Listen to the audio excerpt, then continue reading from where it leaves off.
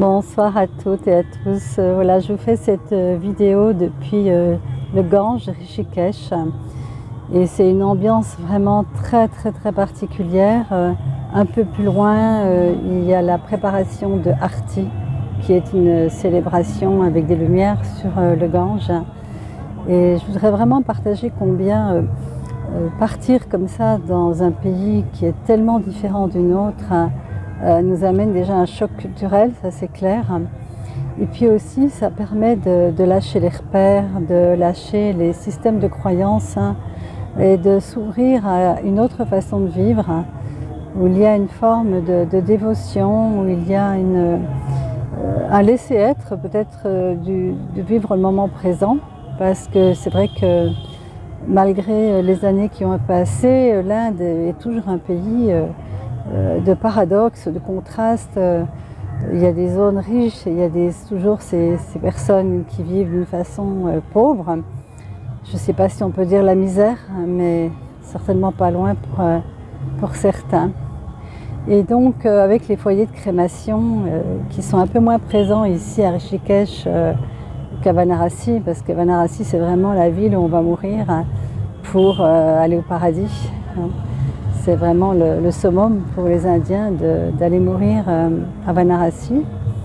Je trouve que ce qui est le paradoxe de cette ambiance où la mort n'est pas cachée, eh bien elle côtoie la vie d'une façon intense et il n'y a pas de séparation comme on peut en avoir chez nous entre la vie et la mort. D'ailleurs maintenant on ne voit plus de corbillards. Dans mon enfance, les enfants dont on suivait les corbillards, on savait qu'il y avait un mort dans le corbillard. Maintenant, les morts, on ne sait pas où ils sont, on ne les voit pas. On les voit 5 minutes éventuellement au funérarium. Mais cette sacralisation du départ semble quelque chose qui manque beaucoup dans les pays occidentaux.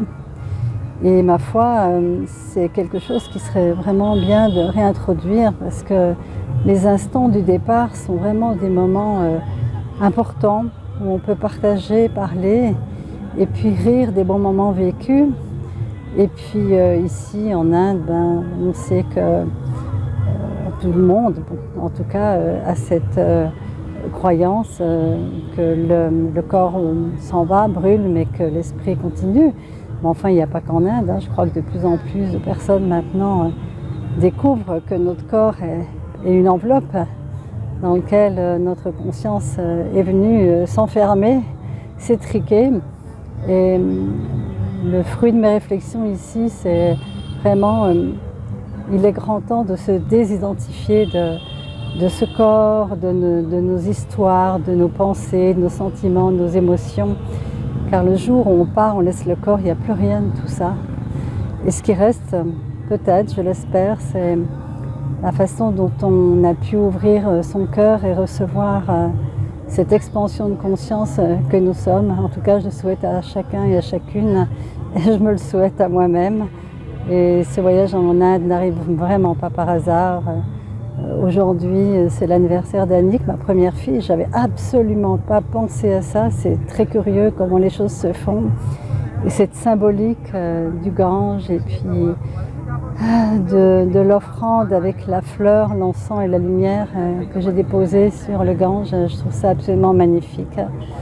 Le rituel, c'est quelque chose qui m'est très cher. Je suis jungienne, donc le côté ritualisation, les synchronicités, tout ça, ça fait partie de ma vie. Et ici, c'est en permanence que les gens offrent au Gange ce dont ils veulent se débarrasser ou la prière qu'ils veulent faire pour quelqu'un. Eh bien, c'est magnifique. Voilà, je suis heureuse de partager ça avec vous. C'est difficile de montrer Si, ça y est, je peux quand même vous montrer le Gange. Et puis vous entendez peut-être la musique au loin de la préparation de la fête Arti. À très bientôt de retour en France.